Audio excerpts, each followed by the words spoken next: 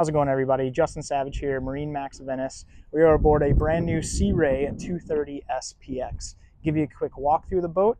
This one is going to be powered with a Mercury 250 Verado.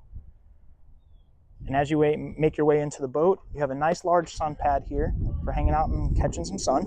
You have a nice large walkway through into the boat, 2 steps down. It is a nice deep hull with lots of seating. So you have a nice L shape here for when you have the family in. You do have the ability to put a table right here, and you also have seating here on the port side. So nice seating there, forward seating here. You can also create this into a lounge if you want to kick your legs back, or you can drop it down to a bench depending on how many people you have aboard the boat. Staying on this side, you also have a decent sized head, I would say.